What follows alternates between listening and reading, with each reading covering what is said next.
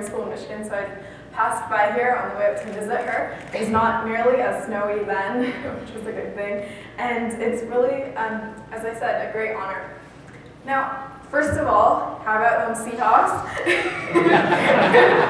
Coming from Seattle, I know that my personal experience in school is going to be a little bit different, probably from the students that you face every day in your districts, but I hope that some of the themes I'm going to be talking about in my speech, those of autonomy and curiosity and balance in life and for students and everyone who works within schools, that those themes will ring true regardless of where your students are coming from or what their background is.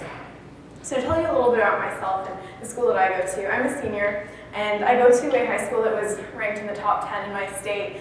Most of the people I know are extraordinarily intense academically. Their parents work for Microsoft, and the whole idea about going to high school is you have to get really, really good grades. You get into an Ivy League school, or at the very least, somewhere prestigious that your parents won't be embarrassed to say, my son or daughter goes to blank. Now, personally,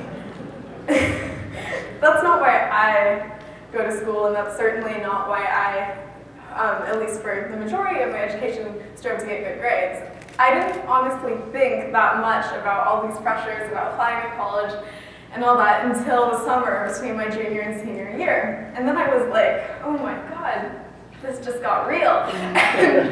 Unfortunately, if any of you have sons or daughters who are in that very same situation or will be in that same situation, I found myself really, really starting to stress out. And I blamed everyone. I blamed my parents for not pushing me harder, and for, like, I was all, why did I not take pre-calc during last summer instead of the summer, etc. And there were a lot of other things that I said, but then I realized that some of the main issues I had, some of the main contentions, and main, I guess, points in my struggle, I realized that I wanted something more out of my education than just go to a good college and get these good grades. And I really didn't like that my 4 years, or 3 years at that point, that it was being reduced to this one moment of angst where I was thinking about college and grades and all this. And I thought, what more can education be?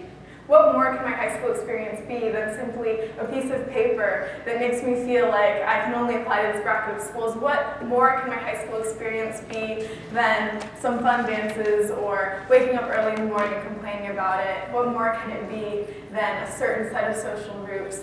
Basically, I wanted to burst free of a bunch of limitations that I felt. And this was all during the summer, so you can imagine how it felt when I went back to school. Now, I was really, really lucky for quite a few years, actually, in my childhood, that I got to experience quite a different set of rules and quite a different environment, because when I was 2 years old, I was already reading, and when I was 4, I was writing.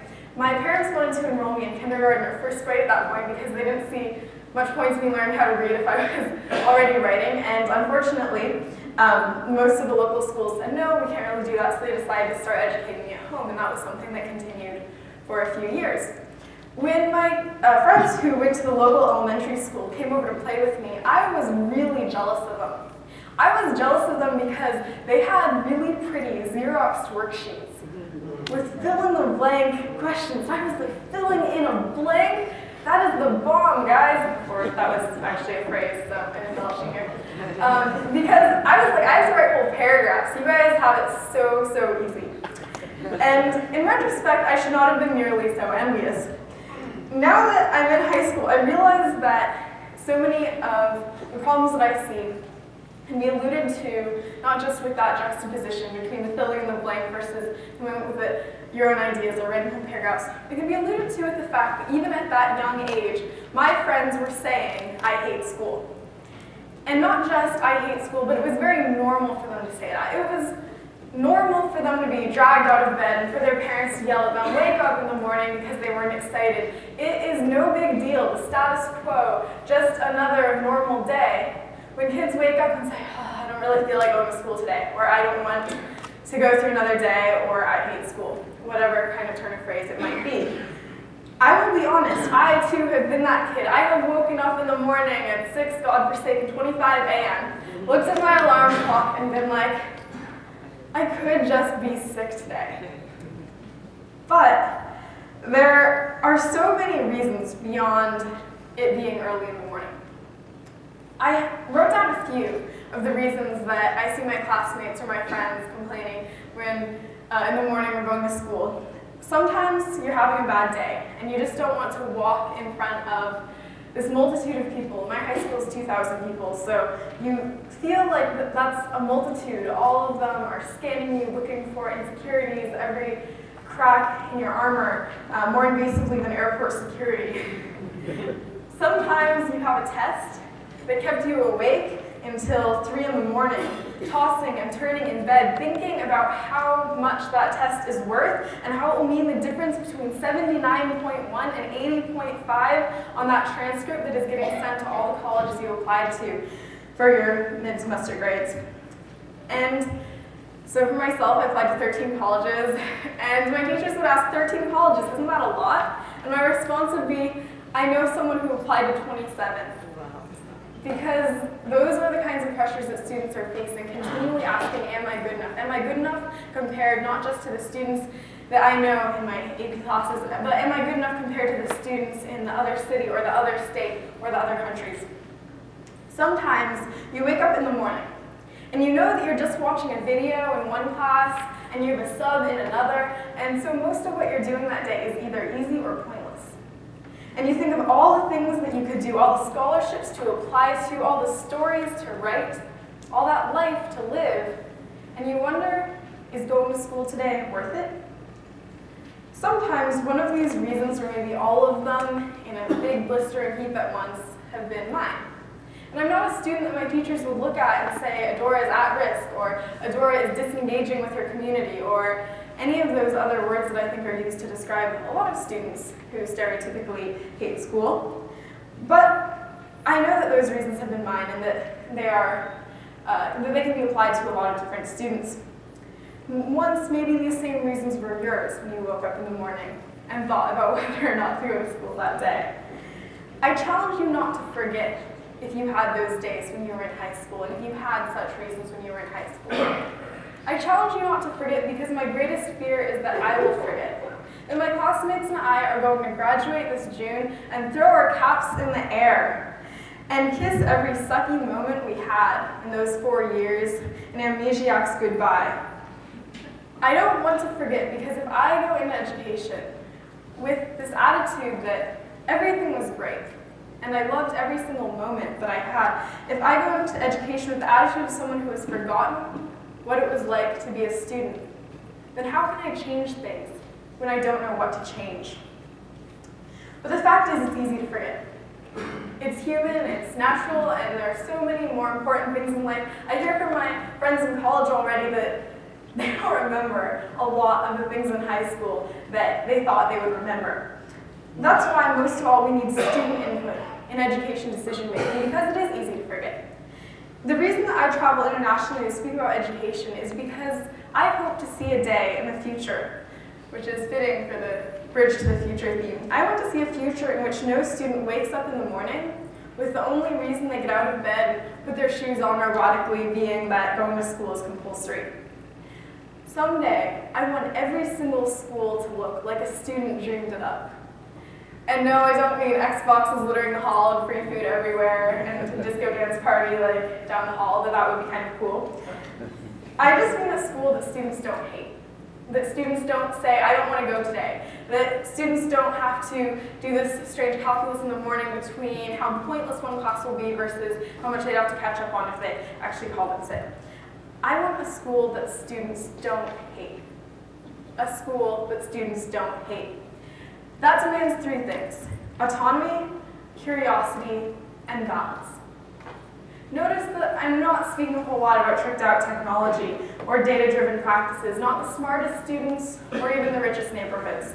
No, I'm kicking it old school and saying that the things we need most in education are not new things that must be purchased or taught or invented, but things that we've had all along that we've simply lost.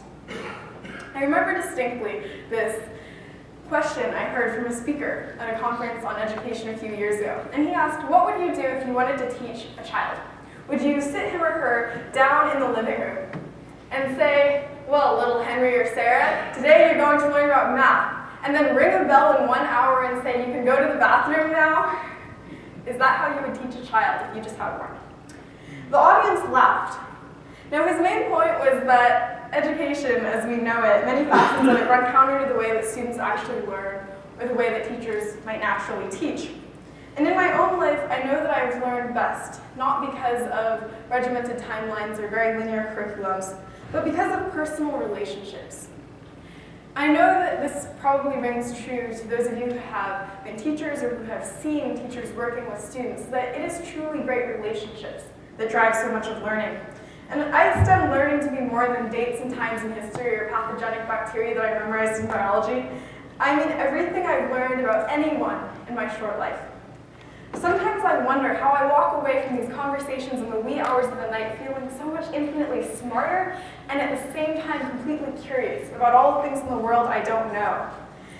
And then I realized that that is how we naturally learn most of the time, that learning happened for ages through just that, conversations.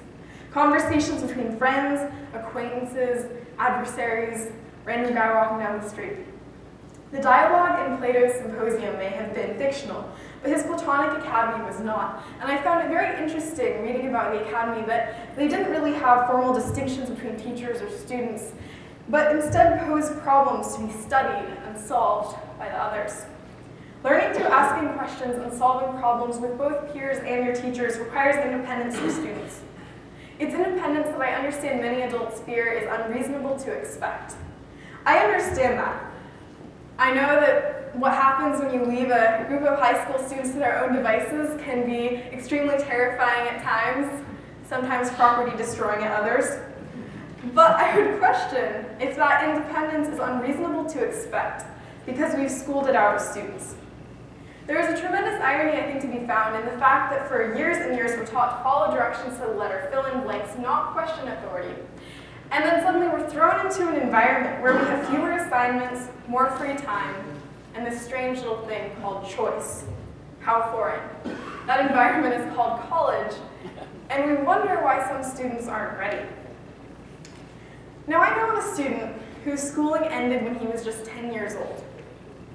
Another left school in his mid-teens, and another had barely a year's worth of formal education in his life. Would you feel sorry for these students? Wish that you could have caught them before they dropped out, caught them when they were at risk? Well, their names are Benjamin Franklin, George Bernard Shaw, and Abraham Lincoln, respectively. My point in bringing up their stories is to say that independence is not something that should have to be taught to students. Yes, Lincoln and Shaw and Franklin are extraordinary individuals, and education was certainly less accessible and played a different role in the past. But I see the exact same traits they exhibited in their childhoods. This voracious appetite for books, independence, desire to problem solve, and pose interesting questions and converse on intellectual topics, and most of all, curiosity in so many of my classmates. I see it in my friend who's co-president of the math team and finished Calc BC when he was in 11th grade and reads books about math all the time just for fun and starts conversations with me when he's giving me a ride to school about random theorems that I've never heard of. And I see it in my friend who's co-president of speech and debate with me. She'll tell me about all these interesting theories that get brought up in Lincoln-Douglas debate, like the time cube, which is the most crazy, insane, ridiculous thing ever devised. And we'll get into these long tangential conversations, and then we'll realize that we're supposed to be paying attention in class. But I question if we're learning more in that conversation than we are in doing an assignment. And so I see those traits of curiosity, the desire to problem solve, and independence, and autodidactism oftentimes squashed by what we're asked to do on a daily basis in school. Now, there's this quote, and I have to admit, I had serious reservations about including it. The musician Frank Zappa is kind of a character. Yes, he named one of his daughters Moon Unit 1. Yes, his music is really strange, and I'm not sure if you're supposed to listen to it when you're not high.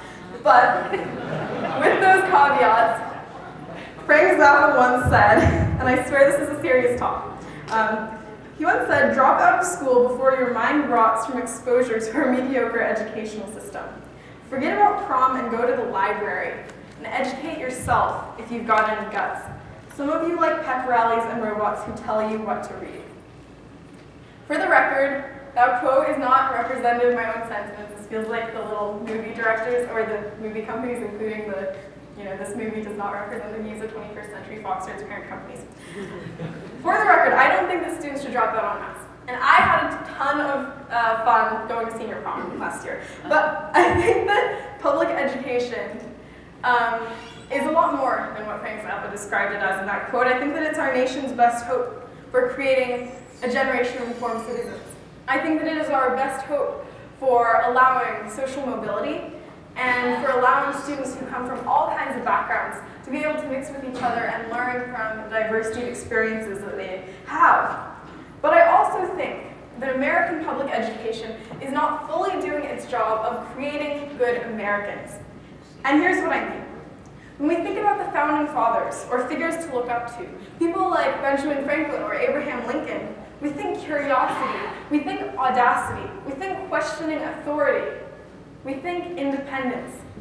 And these traits are more often than not rewarded in school. What you get for questioning authority in a classroom is detention. What you get for teaching yourself something in class is the teacher telling you pay attention to the topic at hand. And so some students do follow the words of that Frank Zappa quote, not necessarily because they're stupid or because they can't focus or because they're having trouble, but because they're bored. Because they think there is something better they could be doing with their time, or a way that they could be learning by themselves more effectively. And I say this because I read a paper published by the Gates Foundation on why students drop out. I originally thought about dropouts, well, it must be because they're struggling. But that's not always true. Nearly half, 47% of students, said a major reason for dropping out was that they found classes to be not interesting. Dropouts are not a monolithic group. A few of them might have had the highest IQs in their school even. But if we want to keep students in school, we have to create schools that students don't hate. That begins with autonomy.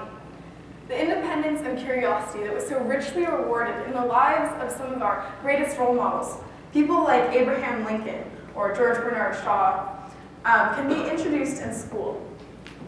As one example, the scenic highlands of the Massachusetts Berkshires became the setting for such independence realized. There's this high school, Monument Mountain High School in Great Barrington, Massachusetts, where a group of teenagers started something called the Independent Project. So raise your hands if you've heard of the Independent Project before. I'm seeing, okay, Larry knows. So I highly encourage you all to Google it and get back to your districts. And the Independent Project is changing education. It all started in 2010 with a student named Sam Levin. He'd already done something really cool, which was start a garden in his school that was student-run, and he later launched a nonprofit around that called Project Sprout. And he wanted to use the dedication and independence he'd learned in the garden in entirely new terrain, in the halls of his high school.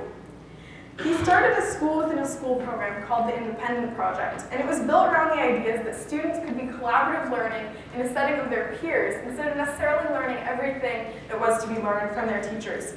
Instead of focusing on spoon-feeding a set curriculum to students, the Independent Project divided the students' time. Half of the day was for a major endeavor that they did independently. So a student would set the goal, like, I'm going to write a novel, or I'm going to make a concerto, compose a concerto, or yeah, you can talk a little musically later. I'm going to learn to play piano. If I did that, that probably should have been mine. And half of the day was for inquiry-based learning in the natural and social sciences. In addition, the entire group would take on a collective project of social significance. The questions that the students addressed were insane and really out there. Sometimes they were things like, why do we cry, to how do mice react to aromatherapy? I would love to know the answer to that. They read more books in 8 weeks than the AP Language Arts classes in their school read in an entire year. And what's more, they loved it. There was no complaining, there was no, why are we reading so many books, that I hear a lot in my classes. What is really inspiring to me, though, about this story is not just that students created it or that students loved it. It's the fact that the administrators and the school board in that district was behind it. A progressive superintendent discussed the success of the program and said this: the opportunity there is for adults to get out of the way. I think that takes a tremendous amount of courage. Even when I'm alone with a group of friends, like, I would look around and think, how much do I trust this group? Like, would I really leave them alone in a room to teach themselves for an hour or 2 hours, 3 hours? And I'm one of their peers, so it's remarkable that I have that skepticism, but these adults were that trusting. They did not think that the Lord of the Flies would happen in the school basement. One teacher at the Independent Projects High School simply said, though, there's no way a bunch of students are going to learn on their own. Yet that's exactly what they did. What I find most inspiring about the Independent Project, the second thing, is the fact that it wasn't segregated the way that a lot of our tracked classes in high school are. There was no AP Independent Project, or Honors Independent Project, or Special Ed Independent Project. It was across the academic spectrum. The students who participated ranged from straight A students to special ed. They all piled into a spare room, the head coach's office and the girls' locker room, and they started transforming this room into a place for learning. They painted the walls and they brought in shelves and books. It may have been within the walls of a school, but in many ways it transcended the bubble that school often creates for us. Matt Whalen, a student at the Independent Project, said this: "How can you teach someone about the world when you're isolating them from the world?" The Independent Project did the opposite. I'm really glad to say that that movement gained significant momentum. The video about it got 30,000 views on YouTube. It also received press coverage in the New York Times, Huffington Post, and Time Magazine. There's a website with the project story, a white paper about it, how it was implemented, and also a map. Because their goal is to make sure that it's not just limited to this rural school in the middle of Massachusetts, that it actually spreads and becomes contagious. Now that Sam Levin, who founded it, is a student at the University of Oxford, and his senior compatriots from that pilot year got into some equally prestigious schools, Yale should ring a bell, the continuation of the program has been assured by faculty and underclassmen there. As Williams College psychology professor Student Engel said about the program, "I feel that it is the only way to radically change our high school education in this country, to make kids feel in charge of their own education, to make them be not just the recipients, but the authors of their own educational experience. This has enormous potential. All we need to do is make it contagious." The power of the Independent Project and the autonomy that it lends to students is best summarized by the Antoine Saint-Exupéry quote at the beginning of a 15-minute documentary about the project. "If you want to build a ship, don't drum up the men to gather wood, divide the work, and give orders. Instead, teach them to yearn for the vast and endless sea." This is what I think education should do. Autonomy is about more than the style in which we learn. It's also about the decisions made about and in our learning. In the course of 21st century education reform, there has been a union or an organization or a lobbying group started for almost every single group of stakeholders there could be in education. There are parents, there are teachers, there are politicians, there are consultants, there are companies, and so much more. But there's one key voice that I've seen missing over and over and over again, that is rarely at those boardroom meetings, that is rarely testifying in Congress, and that's the voice of students. I'm so glad to see that this conference is changing that, and quite honestly, it is one of the most fundamental changes, because I've been at conferences where bringing in student voice consists of bringing in one student, myself, but I'm not reflective of 100% of students. Just as one parent is not reflective of 100% of parents, just as teachers have completely different ideas, and just as everyone in this room probably has some disagreements about how best to change education, I can't be the only or the best representative of student voice there is. So the fact that there's a panel here, these wonderful people, I think is incredibly reflective of the openness of this audience here. We are the main stakeholders in education. We have the most to lose and the most to gain in education, but more often than not, we do not have a voice.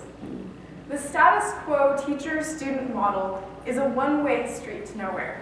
It needs to be a two-way street where teaching and learning go both ways, so that we are both creating content, we are both learning from each other, and we are both designing the educational experience.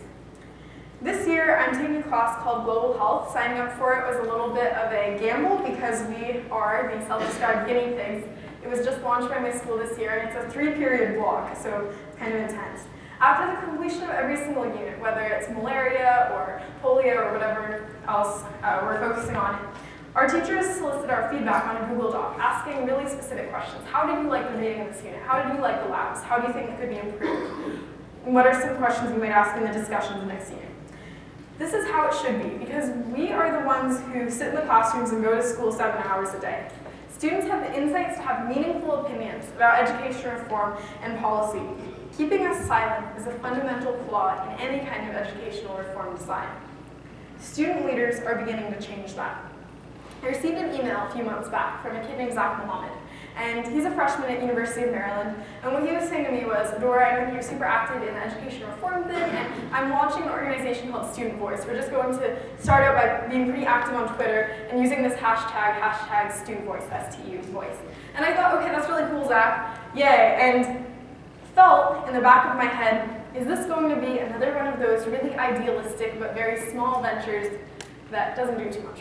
Well, imagine my both surprise and elation when a few months later, hashtag Stu Voice is a trending topic on Twitter almost every Monday when the Stu Voice discussion happens, asking students from around the nation to pitch in with their ideas on reforming education. And just last Monday, the Secretary of Education, Arne Duncan, participated in a Stu Voice chat. All this because a freshman in college decided that he had enough of students not being part of the education reform discussion. So I was like, you go, Zach.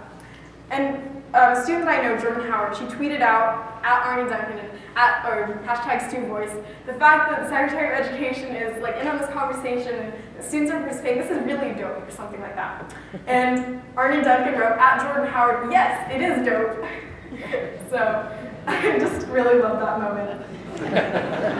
You can tell from that it's very authentic, it's very real. Nothing is censored. There are a lot of students who are really angry. There are a lot of students who are really happy, and everyone and everything in between.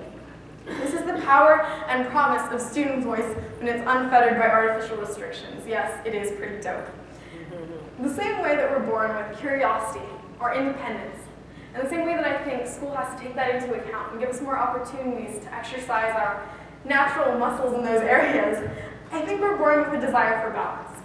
We seek sufficient sleep, sufficient food, sufficient time with friends, sufficient time alone, and we know when things are getting thrown out of whack. In my junior year, I forgot balance for a while. I'd forgotten balance because I was busy and I was ambitious. I was active in Model UN and speech and debate, slated to be co-president.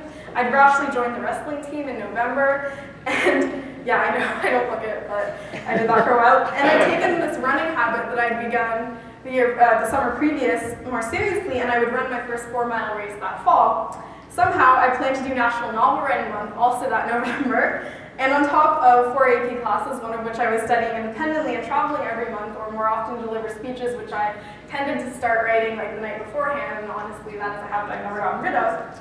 I averaged 4 or 5 hours of sleep a night, sometimes 3, sometimes 6, it depended, and I would crash really badly. When I got home, I would just be like slumped on the couch.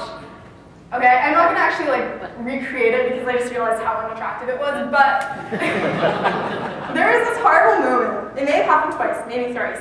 There's not like a thrice word for, so I'm not gonna continue beyond that. But one time I was doing homework from the school library, and I woke up when maybe like 2 hours later, when the librarian shook me and said in a kindly voice, I wasn't sure if you meant to fall asleep, dear. No, I had not. And when I looked down at how much I had drooled on AP Psych homework, I was like, no, that was not intentional.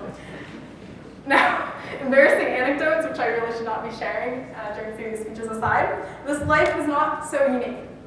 You could have taken the traveling for speeches out of it, and it still would have been a little crazy. And I know people who juggle 3 sports and harder classes than the ones I took.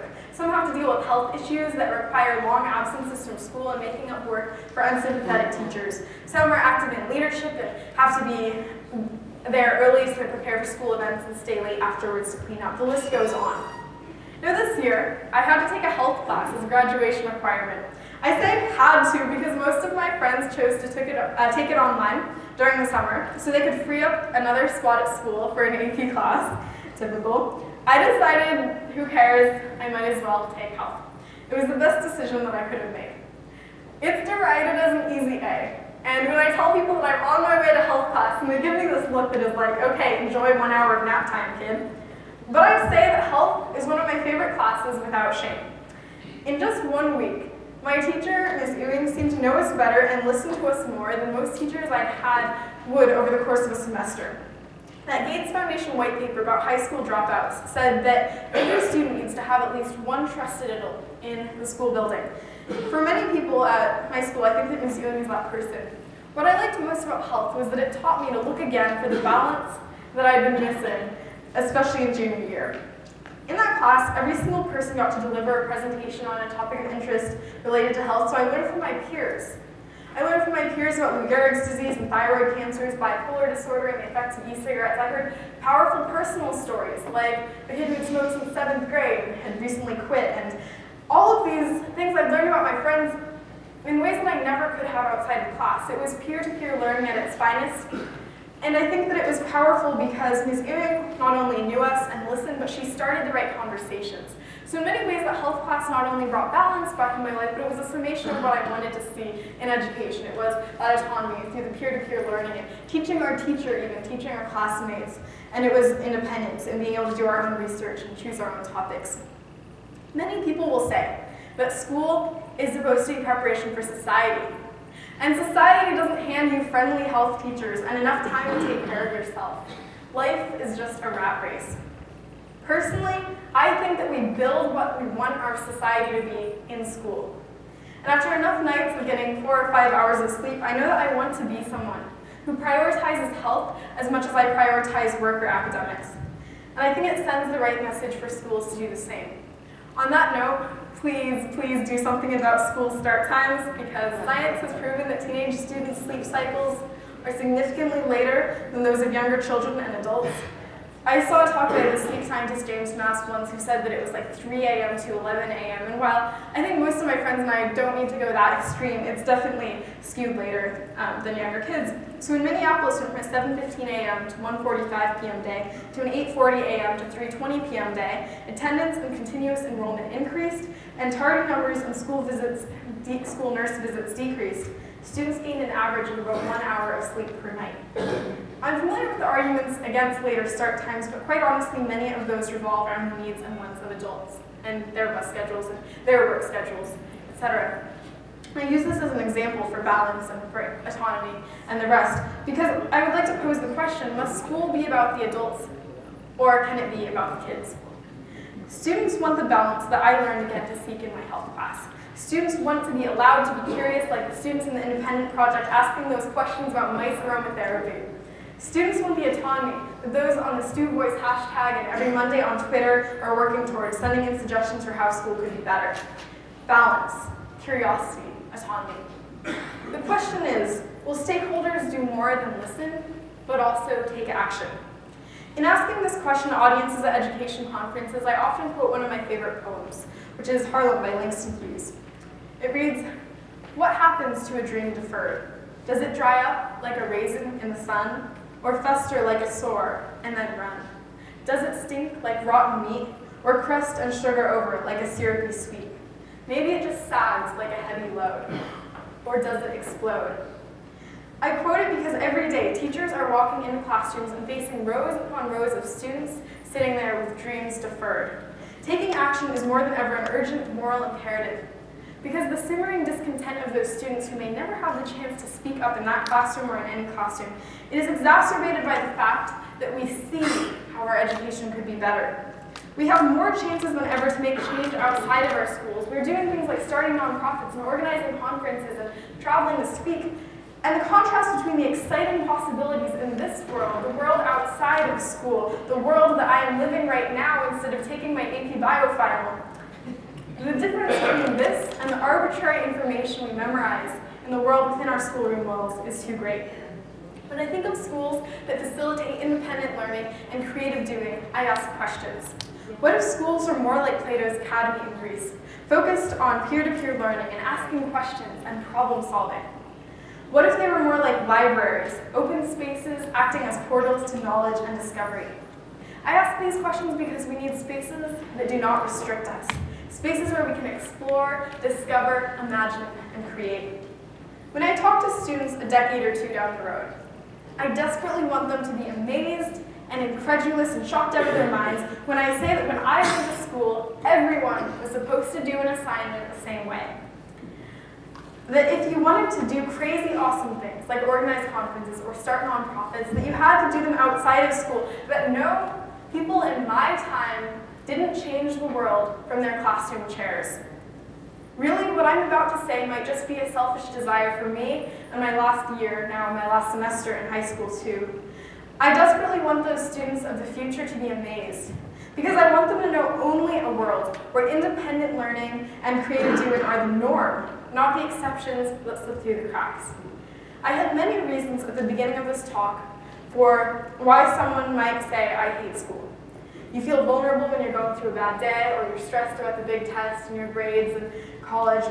You wonder what the point of it all is when you know you could be doing better things with your time at home. Or, of course, that pesky fact that you don't want to wake up at 6 in the morning. But there are solutions for every single one of those things. And it all goes back to innate traits of learning and living that should never get schooled out of us.